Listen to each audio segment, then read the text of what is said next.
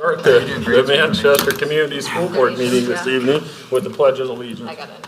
I pledge allegiance to the flag of the United States of America and to the republic for which it stands, one nation, under God, indivisible, with liberty and justice for all. See roll call. Mr. Fiercedos is gone. Mr. Penrod. Here.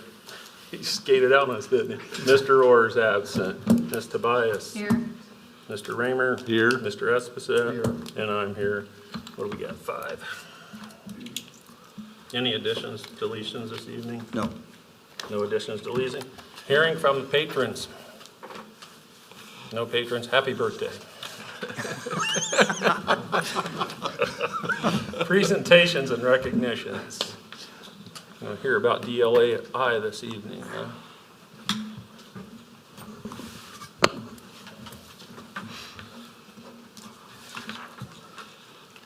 Hello, I'm Linda Watkins, and I am the principal of Manchester Elementary. And I'm giving you an update on our dual language immersion at Manchester Elementary. I'm very excited to see that it's thriving there. In 3rd grade, gotta put my glasses on, we have 85 students expected for this school year. We have 2 sections of DLI. Erica Schipper is teaching our English side, and Carla Valdez is teaching our Spanish side. She is arriving from Mexico on the 20th. In 2nd grade, we have James Ely. He is serving as our English side, and Gabriela Padilla, and she is serving our Spanish side. We have 93 students in 2nd grade and 2 sections of DLI. Gabby is arriving the 21st from Mexico. 1st grade, we have Emily Penrod teaching the English side, and Victoria Erida teaching the Spanish side. There's 103 students in that class. This is Victoria's 2nd year with us, and she came to us from Akron, Indiana. And then in kindergarten, we were sad to see Ianire Caro leave, but we were lucky enough to secure Stephanie Martinez as our Spanish teacher. We have a tiny kindergarten classroom. Right now, we're anticipating 74, which is far below what we normally have. Therefore, we only have 1 section of DLI when you compare the sheer number of students to the interest in the program. Stephanie is bilingual. She is a graduate from Puerto Rico, but her parents reside in Warsaw, Indiana. In fact, her mother is a dual language immersion kindergarten teacher in Warsaw. So we were lucky enough, with the permission of Dr. Stevens, to secure Stephanie as our dual language immersion paraprofessional after spring break last year. So she was able to work alongside of Mrs. Caro and understand the program. And then she's working hand in hand with Laura Carandango to kind of co-teach at the beginning until she gets her sea legs. And she will be doing both English and Spanish in her classroom because she is bilingual. So I'm really excited about it, and a big thank you to Mackenzie Coulter-Kern. She has reached out to Laura Carandango, and as a matter of fact, I'm meeting with her tomorrow morning to kind of talk about what we do when they arrive, who's picking them up at the airport, their apartments that we've secured for them, and all of those good things. We have all of that in place. So we're very excited about the program, and it is thriving. The only reason for the adjustment is the sheer number of students. We had only 74 anticipated in kindergarten, but I'm hoping that maybe there might be a rush at the end. Okay. Yes. So 74 are in the DLI program? 74 students in the class. In the class. So only 1 classroom of DLI. Right now we have about 19 that are interested in the program. Okay. So So when and you that's said- comparable to the other classroom sizes Right. as well. When you said sections, that's an indication. We only have 4 sections of kindergarten this coming year where we normally have 5, but it's because of the enrollment number. The good thing is we did have some retirements and people moving, and so I was able to shuffle and shift some of our current employees, and we didn't have to lose a teacher at all. So I'm very excited. Would you have the DLI numbers? So if 85 are in the 3rd grade class. how The many- rest are at 41. 41 Yes. DLI students in each grade. Yes. Awesome, thank you. So Yes. about 20 a classroom. Correct. We're holding right there. We're trying to, yes. Okay. Yep. And then I got one more question. So I think the important thing here is when these instructors, when bilingual, are all these instructors like English, when we say bilingual? Yes. Okay. Yes. Yes. The two that we're hiring from Mexico, I'm really quite excited. As a matter of fact, Carla is bringing her whole family. So she's bringing her husband and her 2 children. So we'll have 2 of the kids in our school corporation. I'm excited about that. Yeah, awesome. Okay. Yep. Thank you. Thank you. 74. A warning sign. That's a bad sign. I prefer to hold the microphone, so I'm going to hold the microphone. So this past year at MIS, this was our first year with DLI transitioning from MES with the current 4th grade class who were the first class in the program. Started with about 34 kids total in that group, in that cohort. During the year, we had a student move out, so we were left with 33, and that's out of a class of 116 kids. So we had a situation there where we had 33 kids in DLI, and that was in 2 classrooms. We had 2 classes of DLI with 16 and 17 in each section, and then the other classrooms were in the mid-20s. And then looking at expanding the program, we kind of started talking about what does the future of DLI look like at Manchester Intermediate School, taking into account human capital in terms of the teachers needed to continue the program from kindergarten all the way to 6th grade. Capital, like financial capital, with the impacts of SB1 and our enrollment shrinking, which means our ADM count is shrinking and the fewer dollars coming into the district, what does that do in order for us to be able to have the best and most qualified teachers working with our students? And then by the time students get to 4th grade, we have another set of data points that we can look at in terms of how effective and how much are these students learning and retaining the Spanish language pursuant to both their ability to respond, their ability to speak the language, their ability to comprehend the language, as well as results of state standardized testing. You're looking at I-Learn checkpoints, you're looking at, I-Learn math and English language arts results, and you're also looking at, what they're doing on iReady and IXL. So in looking at all that data throughout this year with 33 students, we made the decision based on all of those factors at MIS going forward to try next year going down to 1 section of dual language. We've got a phenomenal teacher in the building, Senorita Jimenez, Karen Jimenez, who is local to North Manchester. She is a graduate. She is invested in this community. She knows the kids. She knows the families. So what that will look like this year at MIS is we currently have 27 students going forward into the program in 5th grade. We have 26 students going forward in the program in 6th grade, or in 4th grade, excuse me. 6th grade will be next year. And the way that we went about this process is we started in about April communicating with parents that DLI, we're considering making, a change going forward. We're going to look at this data, but we gave parents the opportunity to opt their students out first, with the caveat that if their student is opted out of the DLI program, that we are going to then offer a Spanish special during our specials rotation so that students who have been in the DLI program are allowed the opportunity to continue to engage in the Spanish language so that they do not lose whatever vocabulary, ability to speak the language, comprehend the language that they've learned, so that way going forward, they're able to go into 7th grade, junior high, whatever it is, and not have that been 4 years of their education where they feel like they're out something.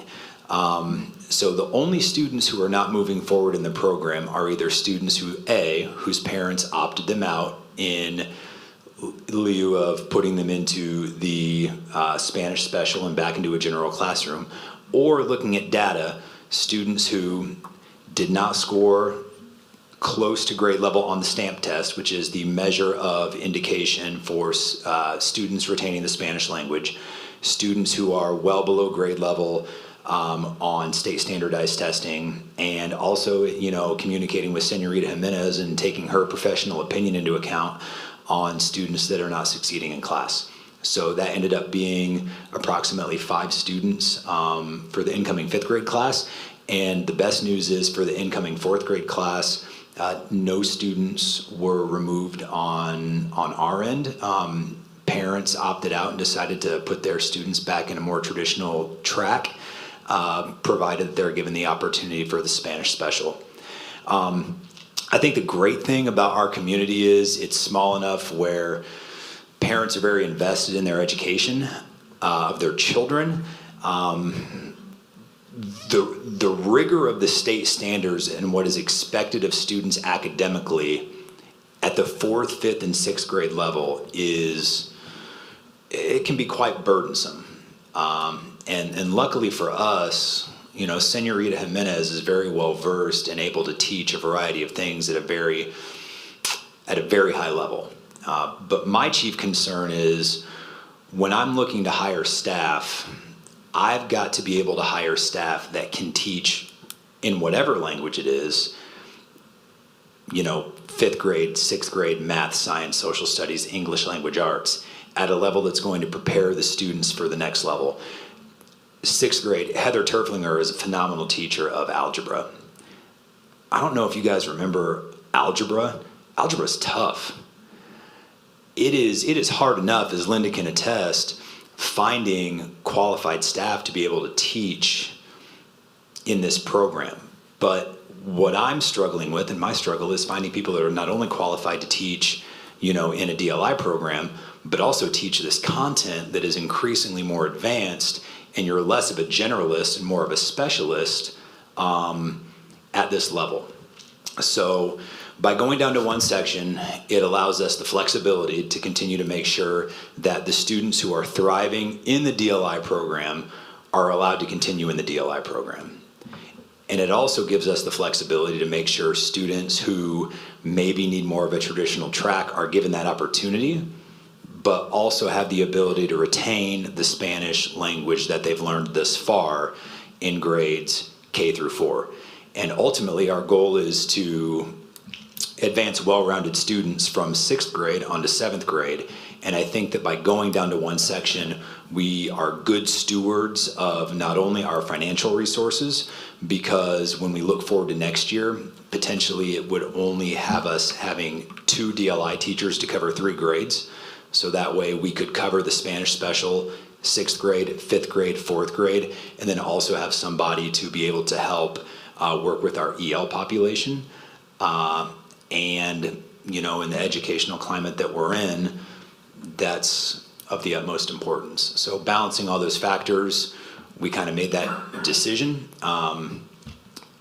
The conversations I had with parents about this were very positive. We had a lot of good conversations, a lot of parents asking my professional opinion as somebody that, has been an administrator at this level now for going on 8 years, which is hard to believe. And I think at the heart of it, our community knows that we're going to continue to do what's best for our kids and provide the best opportunities for our kids without cutting off our nose to spite our face.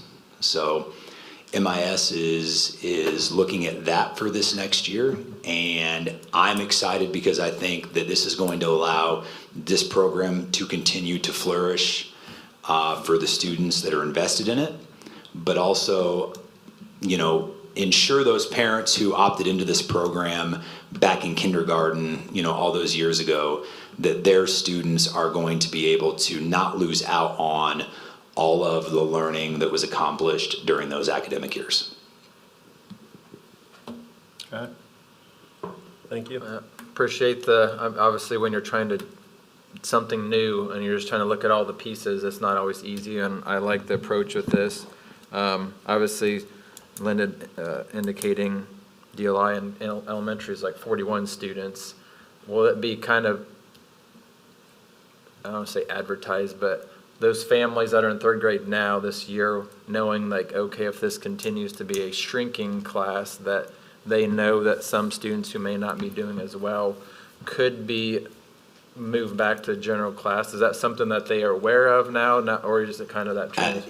Absolutely, it's going to be something that's advertised, and Okay. there's layers to it. The first layer is allowing parents to opt their children out, understanding, what is forthcoming, and also understanding that we have a plan in place, for their students to continue learning and growing without maybe the level of immersion that they've been experiencing, but still being afforded that opportunity. And then secondarily, there are, letting the parents and families know that this is the criteria we're looking at for advancement. And if students are being successful, there is no student that is scoring at grade level on the stamp test or is doing well pursuant to Indiana academic standards that is not continuing on in the program. And so, you know what, if we end up with a class with 41 kids that are all, doing well and continuing on, that's our problem to figure out. But at this point, that's not been the case. And, if you look at overall class sizes, this incoming fourth grade class at this point, checking final forms today for enrollment, there are 94 kids in that class. That class, if we had not had any opt-outs, they had 32 students that were in there originally in DLI. So you also want to make sure you're right-sizing your classes. You can't, it's hard to have 2 classes of 16 with, 2 to 3 other sections of 26, 27 kids. We have to make sure that we're doing what's best for all students in all grade levels. And so sometimes that, means making tough decisions in regards to how we are going to continue to offer different programming. So that's kind of my question. So are we at 26, 27 on those class sizes? 26 and 27. Do they have assistants in those classes? They do. It's not permanent. It's dependent upon, the students in there. Like we have special education paraprofessionals that push in to work with special education students. I will tell you, if you look at, based on age level, what size classes work for what grade levels, we've had years in the past where we've had 28, 29 students in grades 4, 5, and 6. It's not perfect, but they do enough of rotation and small group instruction that we're able to parse that down. The other thing is that, Senorita Jimenez will be pairing with the English side of the DLI instructor, specifically in 4th grade. So that way they're able to parse that class down a little bit and take small groups that work on Spanish language only during a portion of that class period, and then the teacher who teaches English in that portion will work with students as well. So there won't be much time in 4th grade where all 26, 27 students are in there together. In 5th grade, it works out that it's a large class anyway, so 27 in that class is compared to 23, 24 in the other classes. So there's not a whole lot of disparity there. Okay. So on the opt-out, do they have the option to do that in MES too then, to opt out at any point? They don't have to have any restrictions or anything? We have a meeting with them and we talk about it. Okay. I mean, you step back on this DLI, the purpose of it is what? It's not really learning a second language, right? It is, but it's actually increased learning, the value of learning with the students, right? That's the proposition that we're making with this DLI.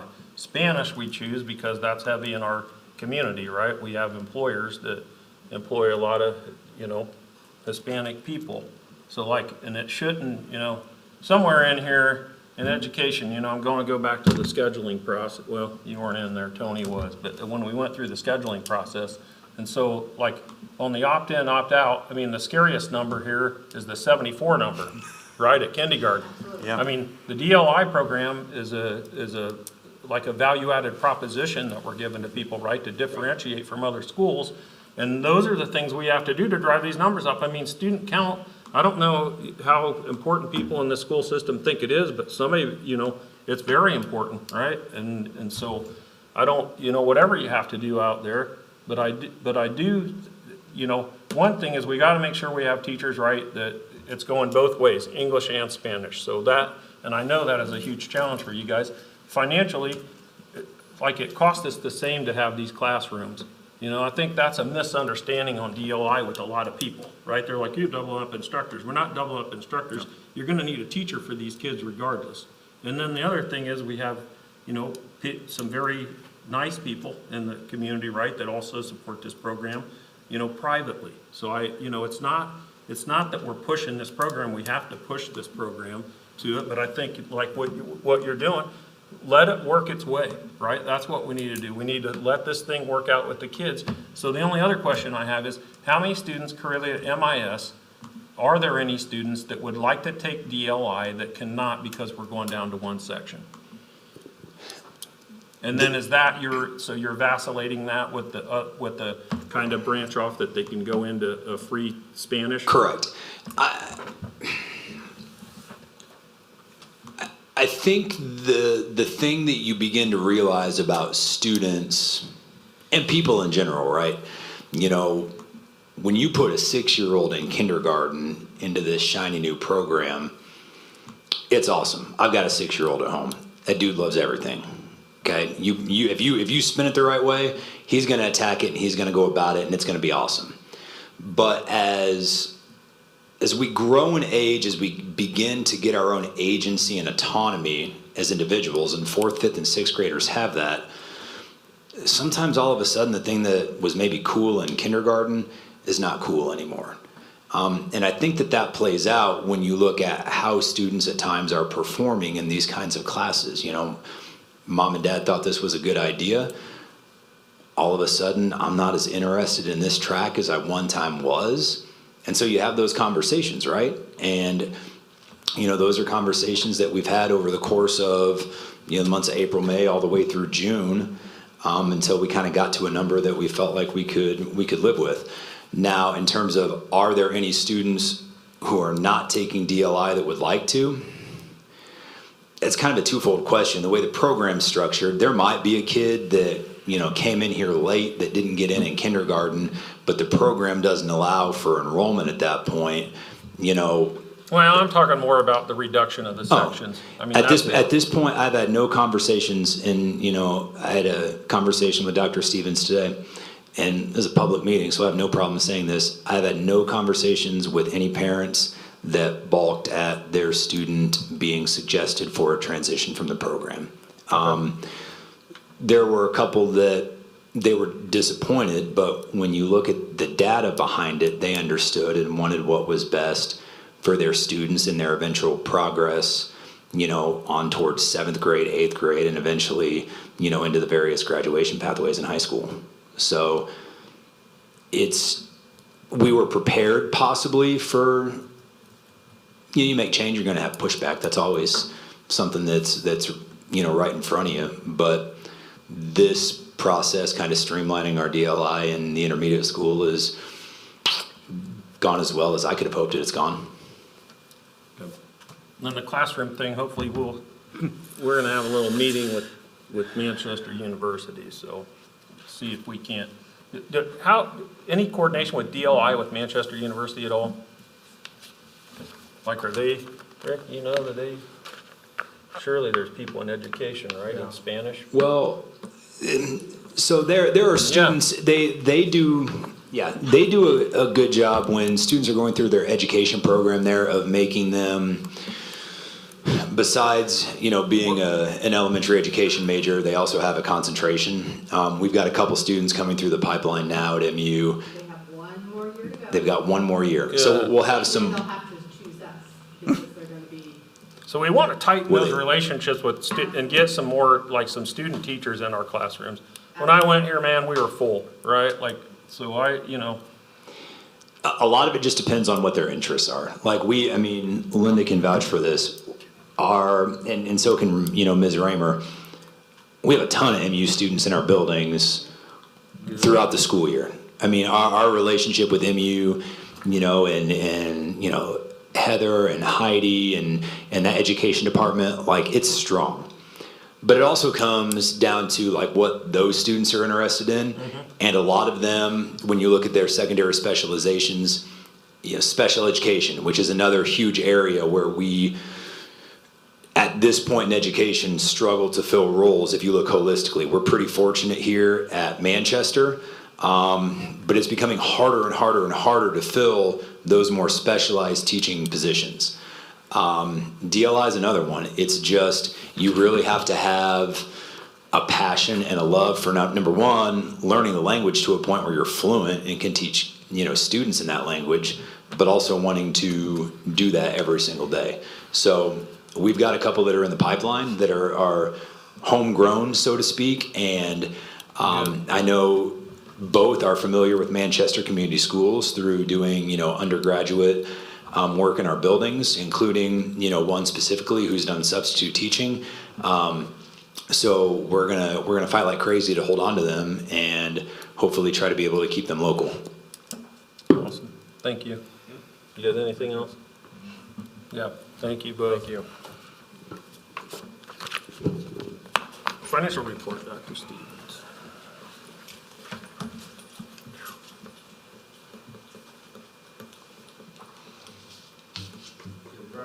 Nope, whichever we bring up. Okay, education fund, we're back to the dots. Last month, we didn't have those because I didn't have the access, but Shelley's back. So as you can see, standard format, revenue, we're down a little bit. Again, July is when the state looks at what you are saying your enrollment's going to be. So we said our enrollment would drop.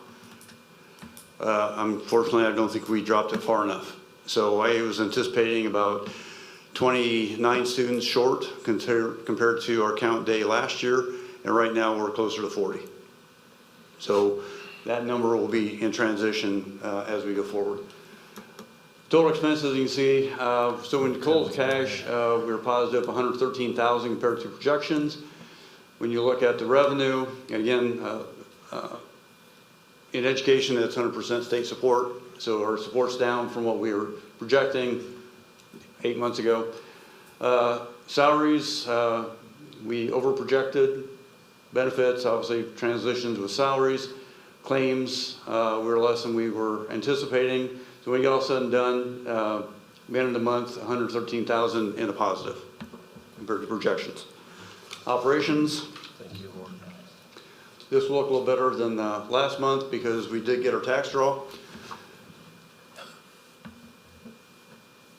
So when you look at total revenue, we're down 43,000, but obviously we received half of our tax, so about 1.5 mil is what we received. Salaries and benefits, we over-projected salaries, we over-projected benefits, and we over-projected claims for the month. So when you get all said and done, our variance from what we originally projected to actual was $11,000 to the good. So, any questions? So we're still heading in the right direction. And we received a little over 50% of our tax draw. So I think we're about 54 in operations and about 52 in debt service. So that usually means that your second tax draw will be a little less. But again, if you recall last year, we did not have 100% of either fund. So we're hoping that is our catch-up provision. But we'll find out in December. Staffing levels, are they, how many, like after this meeting, we got a lot of hires for the new year, or are we pretty, We're right now, the only positions that we have are non-certified. So all faculty positions are full. As of right now at 6:30 on, Yeah, I won't hold you to it. Thank you.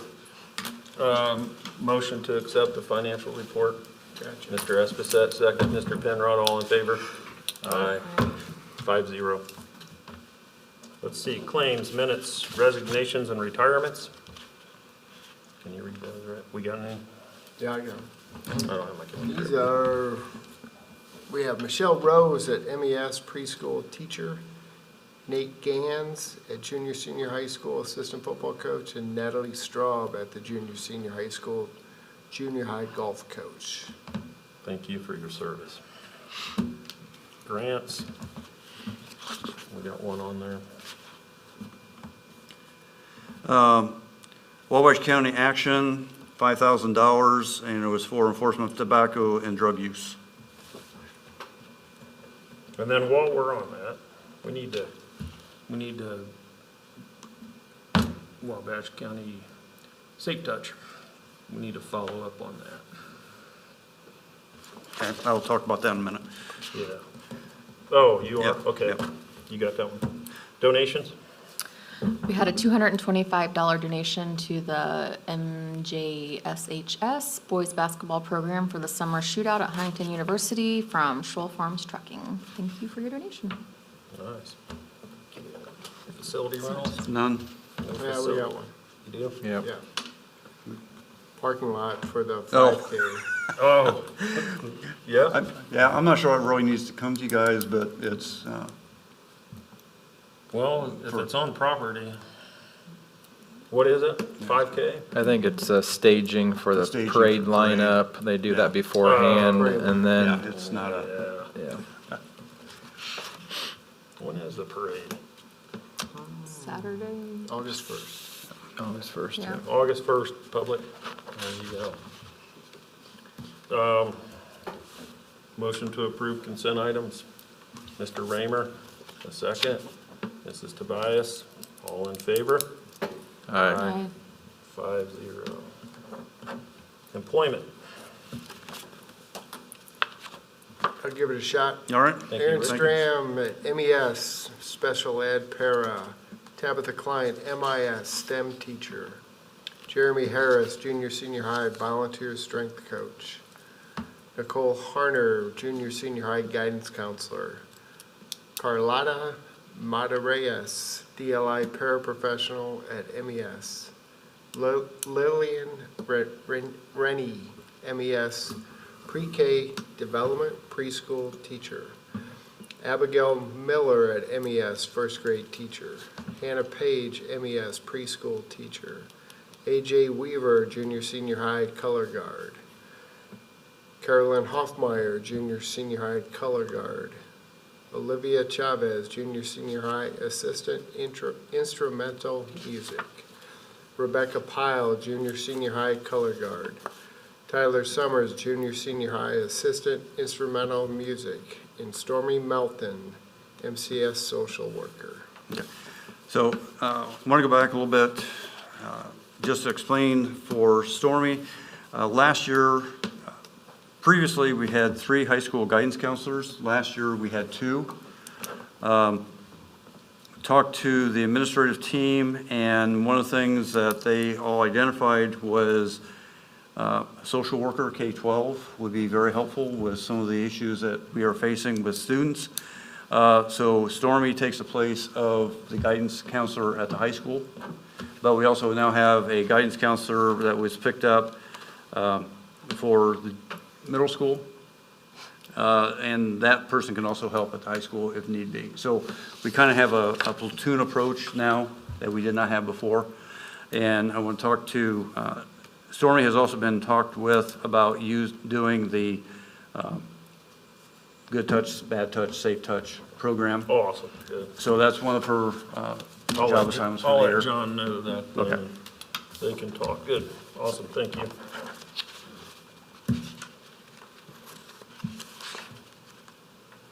I need to approve, oh yeah. Yeah. Motion to approve employment. Mr. Penrod, Mr. Raymer, seconds, all in favor? Aye. Welcome aboard to the family, thank you. So like I said, I think we're down to 2, we may have a few more, but 2 positions, major positions that we're still looking at. One is the second nurse, and the other is a assistant for maintenance. So if you know of anybody in either one of those categories, we'd be happy to talk to them.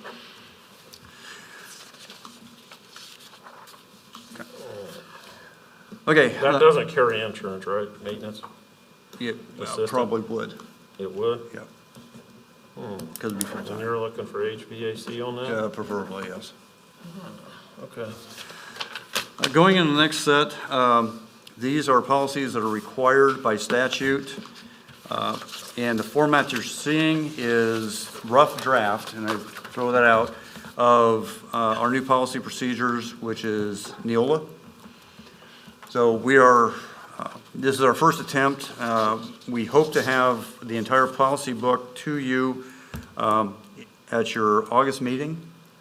But again, the process is you go through it, you review it, and then at some point it gets uploaded, and then that's when you start seeing and doing edits and that sort of stuff. So again, these policies are personal communication devices, personal electronic equipment other than personal communication devices, technology, staff technology, acceptable use and safety, and we also will have an acceptable use policy that faculty and staff will be signing this year.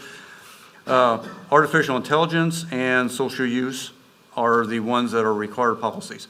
Now, you can do this tonight as a first read and adopt at your next meeting, because your next meeting is the day before school starts, so technically you can adopt before school starts, which is what you are required to do. So, Yep. Or we could adopt. or you can adopt tonight because it's statutory language and you are required to adopt. So whichever your preference. I move that we follow state law and get it enacted You're moving to approve tonight. Have tonight. you guys reviewed all these policies? I have. I don't have any issues other than just a couple grammatical errors. Okay.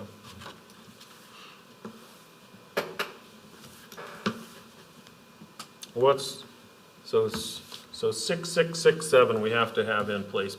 Actually, all these you have to have in place. Well, I mean, So everything from 6.2 through 6.7. where do you want to go? Policy is we do a first read and then a second approval, but if you guys want to approve them, I'm okay with that. We're missing Casey and Fred. But Rick? Well, I will tell you, what's going to happen is you'll approve these tonight, but then you'll reapprove these when you adopt the manual. So you'll have a second shot at it at that point if there's other issues or corrections. But again, these are coming back from what the state is saying you have to have in your policy manual. Well, and I see some of these as work in progress as we get into the year. Yeah. There's gonna be some, There'll be some challenges that the state will like recognize I and will said, get a correct. bunch of kids addicted to phones and take them away from them, you know?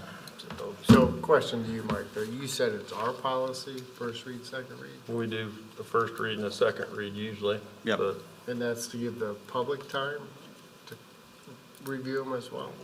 I suppose if people have public comment, when are they're getting them now, so they'd be looking at them, right? So Now, I will tell you, all these are somewhat referenced in your handbooks that have already been adopted. Okay.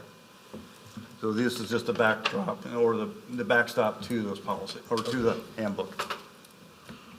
I will second Adam's motion. for approval, all in favor? Aye. 5-0. Thank you. So we need, awesome. Let's see, teacher evaluation. Okay, so, get to the right place here. This is a requirement that simply, we use a program that is called RISE, which is a Standard for Success model. We will continue using that for the 26-27 school year. And the second component of this is for the evaluations completed for 25-26, all faculty members were rated either effective or highly effective. So we have nobody that was in the needs improvement or ineffective categories. So, Okay.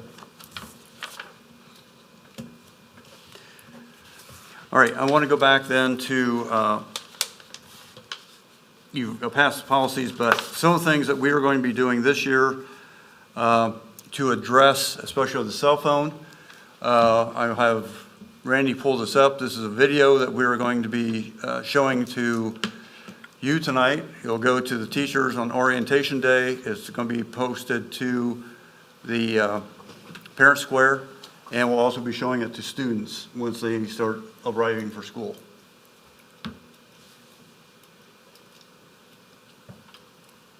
How about social media? All right. You want to show it on Facebook page? Yeah, we can post it everywhere, so that's a good idea.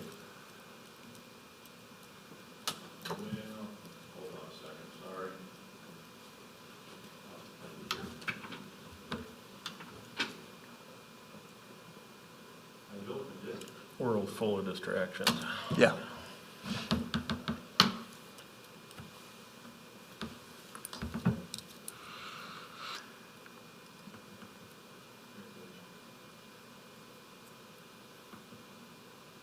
Hey students, let's jump right into a quick explainer on a huge update for the school year.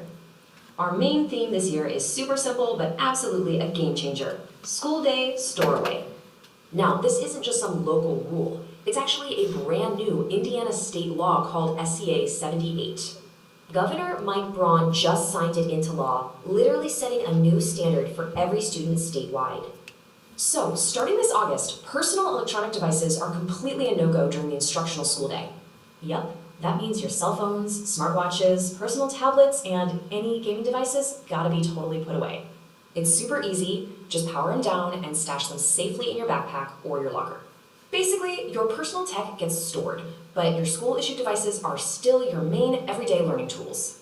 Now, while it's a strict daily rule, there are just a few specific exceptions that do apply. Admin is rolling this out equitably to guarantee a totally distraction-free zone for literally everyone.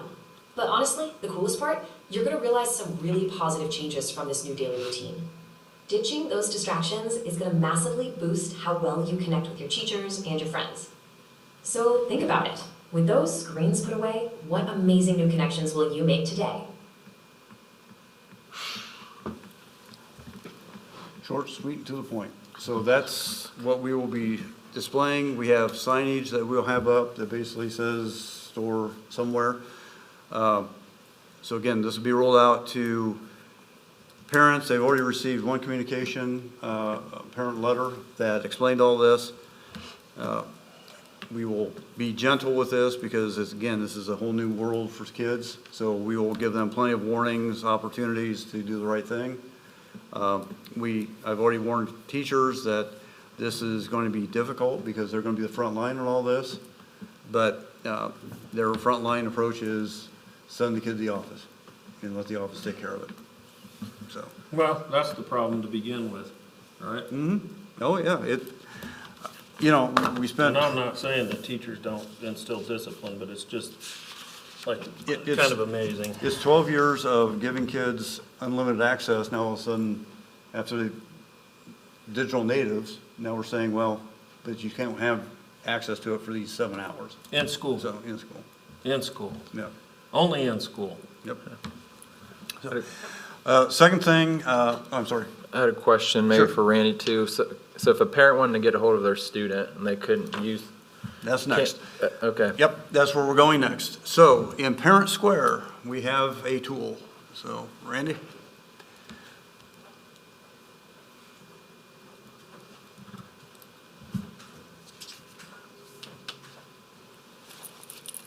Yeah, this is something new that actually Parent Square rolled it out, and tech support in Parent Square didn't even know about it when I was working with them. We currently block all of our email for students. So students can't email anybody except internally they can email staff.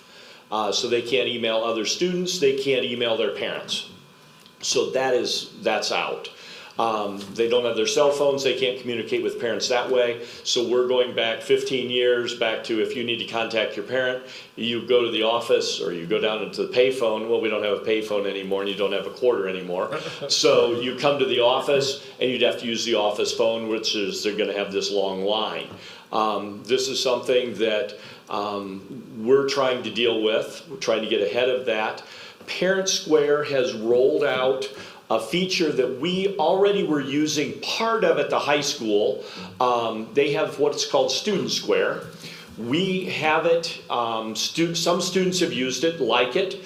The biggest part they like about it is they have the same thing that parents have. They can either put it on their phone or it will go on their Chromebooks. So that's gonna be the big piece here. But the reason they like it right now, number one is they get the delays and cancellations, just like their parents get.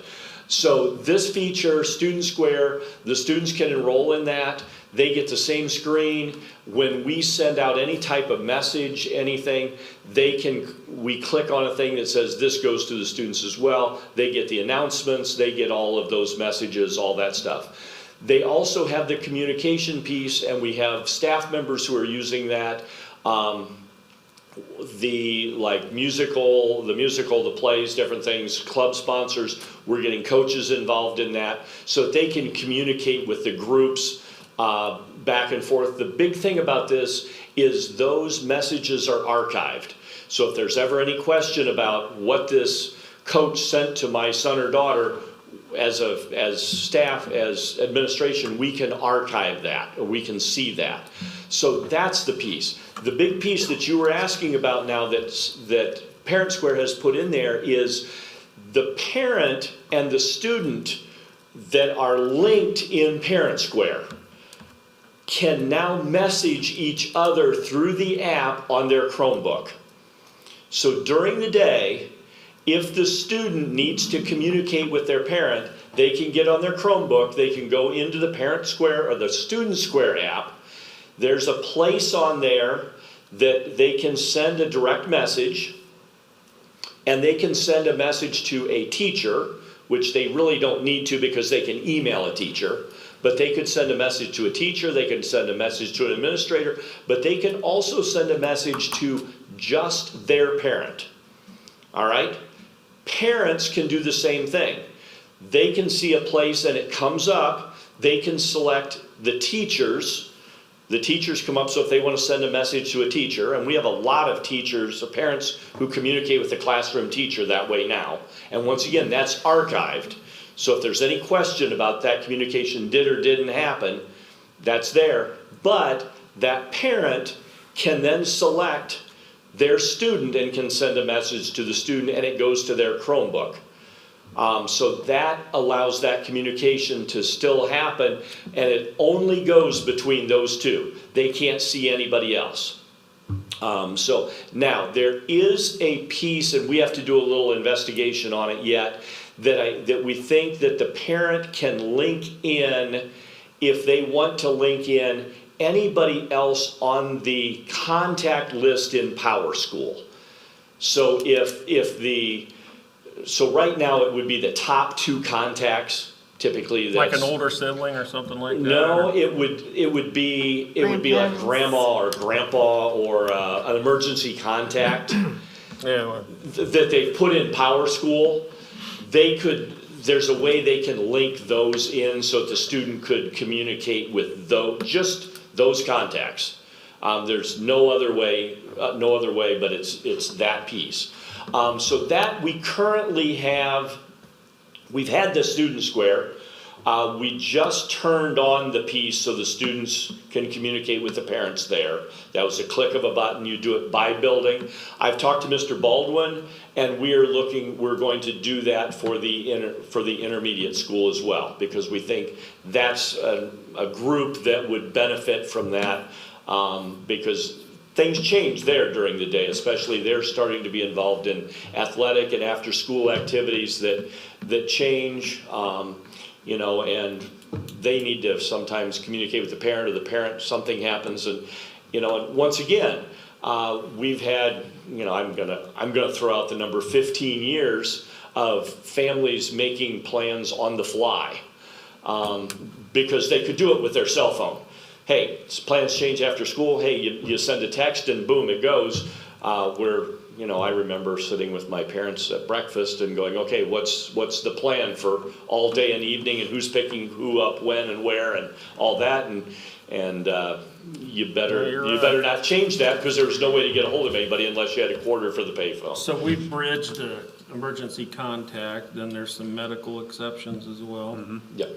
So, but we do have a way for the student to communicate with the parent to communicate with the student through the school provided device. Are those archived, those messages? Those messages are archived. No.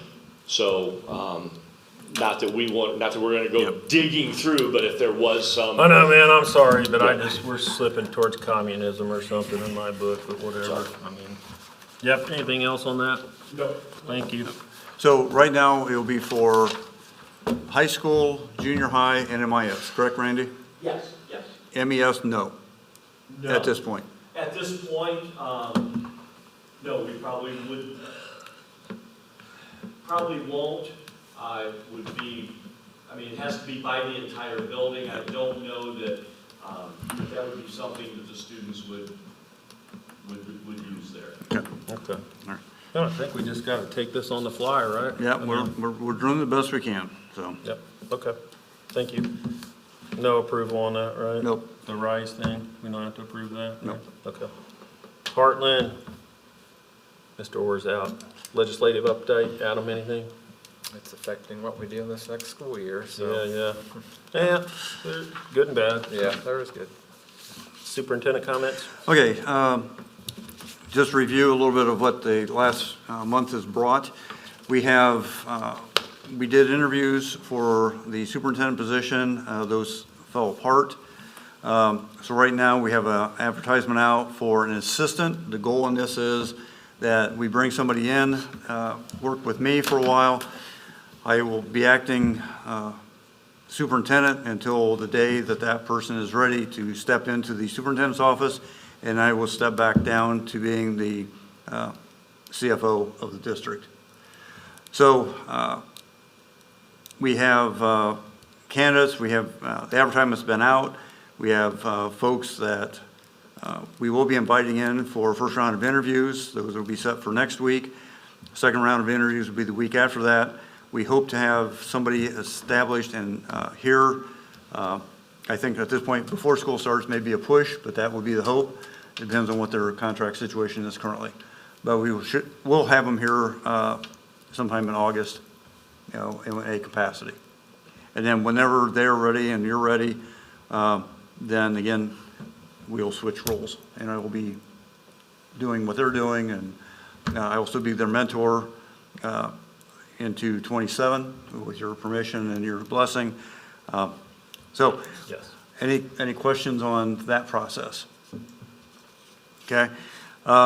My contract originally from April ended July 11th. We assumed, I made an assumption, you know what happens when you assume, that we would have a seated superintendent by now. So that didn't happen. I am recommending that you continue my current contract, which is for 58 days from now until December 31st. Those are days worked. I don't get anything off, so when I'm not here, I don't get paid. So those are the days I currently have counted out. And then when the person is seated, then again, they would be under a contract for the 26-27 school year as an assistant superintendent.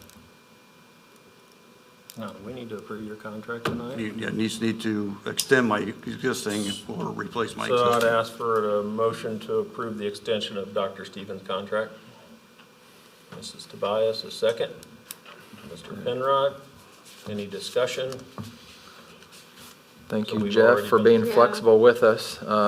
It's doesn't always pan out like we anticipate, and sometimes we're dealt with the cards we have, and so moving forward, you're giving us a little extension and other options for us to find a permanent solution for the superintendent position. So thank you for working with us through December, assuming we vote to prove it. Well, there's a caveat on the. No, I know, I've heard the caveat. All in favor? Aye. 5-0 on the And- contract extension. Okay, other than that, we are fast approaching start of school. We have, teachers are coming back August 10th and 11th. We have a teacher orientation for the 10th at 8:30. That'll be brief. I'll make some comments, kind of show where we're at. Obviously, the video you have seen. The 11th is a teacher workday, in-service day, actually. And then students will arrive and start their school year on the 12th. So we're quickly wrapping up summer. Goes fast, doesn't it? It Too fast. sure does. School board comments? Yeah. I just want to say, Michelle Rose, you've meant a lot to me and my wife, and Gonna miss you, and thank you. Yeah. Touching. How many years at the school district? Close to 30. Yeah. It's hard when we lose those good ones like that. I School tell looks, you, man, like like, you said something earlier on things and teachers don't do what they do for pay, do you? Thank God, thank God for all of them, is all I'll say, so. Yeah, and just a parting comment, it is summer, school's gonna be here quickly, but just for all the students out there, please be safe, right? Summertime, a lot of fun, a lot of lakes, a lot of things like that, but be safe and have each other's back, so. Motion to adjourn, So moved. Mr. Raymer, second. Ms. Tobias. All in favor? Aye. aye.